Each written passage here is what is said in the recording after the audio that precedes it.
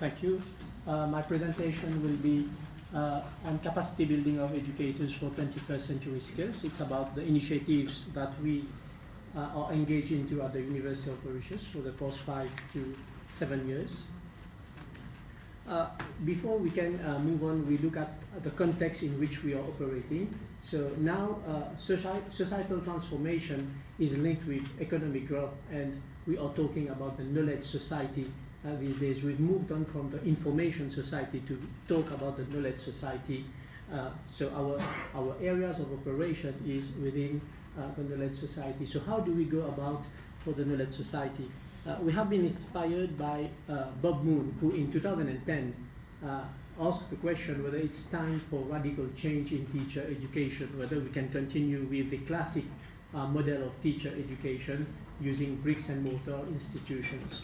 And today, after 7 or 8 years, we are still dealing with the same question about discussing about the future of teacher training and teacher education. Why are we talking about this, especially in the African context where many countries are suffering from brain drain because of 2 key factors, HIV, AIDS, and migration of their population. There is a lack of qualified teachers in those countries. Existing institutions have a lack of capacity to train teachers, and most importantly about the continuous professional development of teachers once their initial training is over. So in a nutshell, the illiterate of the 21st century will not be those who cannot read and write, but those who cannot learn, unlearn, and relearn. So how do we train educators to deal with this challenge? In the context of our operation, we've talked about the knowledge societies.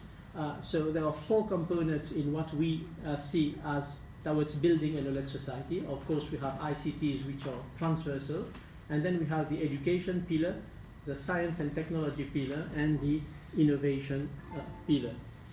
What do we call 21st century education? Our definition of 21st century skills, they have 5 characteristics. 1, they have to be personalized, media-driven, learner-centered, networked, virtual, and global.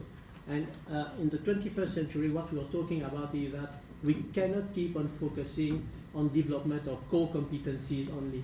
People need to be able to develop their soft skills, what we call meta-knowledge, and the ability of life skills, what we call humanistic knowledge.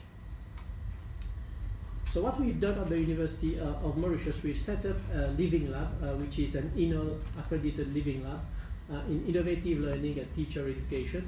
And we focus on what we call the 4P innovation model, having public actors from the public sector, private, we talk about the people, and based on partnership.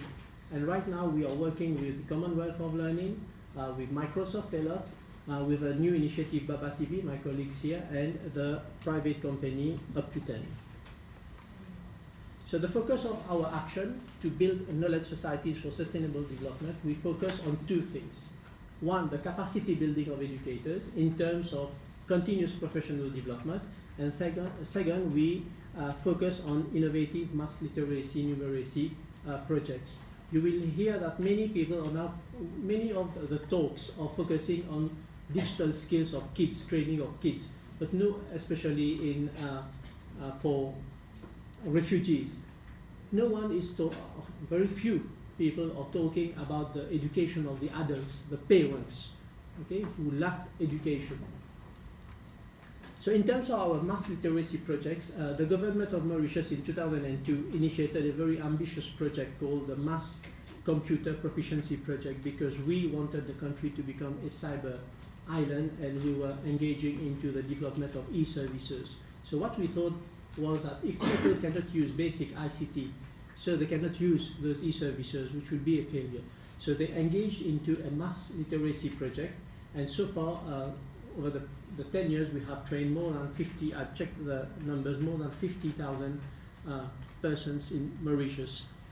When we are talking of persons, it's the adult population. And as from 2015, we partnered with our colleagues here who are the founders of an ambitious project of Africa called Baba TV, which I'll come very quickly. So 2 characteristics of our initiative, they focus on 2 key things. One, replicability and scalability of the actions. And second, we ensure that all our programs cover those three key elements: having a knowledge acquisition phase, a knowledge application phase, and a knowledge construction and reflective practice phase. So what is Baba TV? Baba TV is a project where we try to link up TV and telephone to reach a big amount of people in Africa to fight literacy. So it's based on the convergence of TV and telephone, and we're not talking of a smartphone, but rather 2G handsets. So this is our friend Baba, who will appear on TV. Just an example of mixing also fiction, animation, and telephone. So these are just examples, and this is the aspect of animation, where we show them basic calculations, so how to do basic multiplications. And then they can use their phone by just calling a toll-free number, and they can do interactive exercises on the phone. So the TV to diffuse, to broadcast, even in areas where they cannot access internet and in poverty areas. The telephone, the phone, to put in application what they've learned. And this is just a slide on the different partners and the areas. We are covering much more than that, but this is just a slide to show you how many partners are in the project. So to be able to get into such kind of projects, we need also to think about those people who are going to support that type of learning to take place. So in terms of our educator capacity building, we have 4 axes. One, we focus on educator networking and communities of practice online, that we just saw our colleague talking of a forum. We teach them how to develop their own interactive materials. We've put in place the rapid e-learning method. The idea is that if we rely on government to build a small team to try to digitize the whole curriculum, it will never work. So we try to empower educators to develop their own materials and then share them. We use a train-the-trainers approach for using blended e-learning and teacher capacity building. For example, teaching teacher trainers through MOOCs, and we show them how to build their own MOOCs. And finally, the 4th axe is on school leadership and policy. We've seen how school leadership would be reluctant to allow educators to get into training, so we focus on that aspect also. Microsoft is a key partner for us. We use a lot of Microsoft online resources for the educators, and we are putting in place a badge-based and open badge system to look into the capacity building and to monitor the professional development of educators, and we're working with the Ministry of Education on that. So these are just examples of some interactive materials developed by the teachers themselves, who are not necessarily IT experts, by using simple tools. So we taught them how to do such kind of things in PowerPoint, and then they can publish it as interactive resources. Examples of e-books which can then be packaged into applications. This is an interactive resource we developed in the Creole language to target women and to sensitize them about their legal rights. So in this one we use Creole.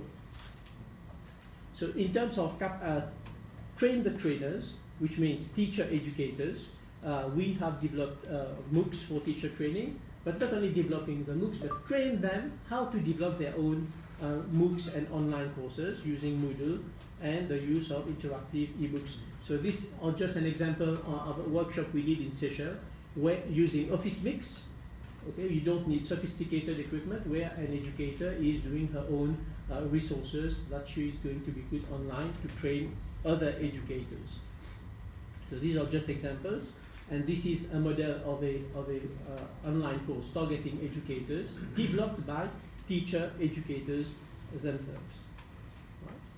So the regions of intervention, this project we have been doing in collaboration with funding from the Commonwealth of Learning. We have been targeting Mauritius, Swaziland, and Seychelles so far, and we aim to broaden our action in other countries, but so far mainly of the Commonwealth.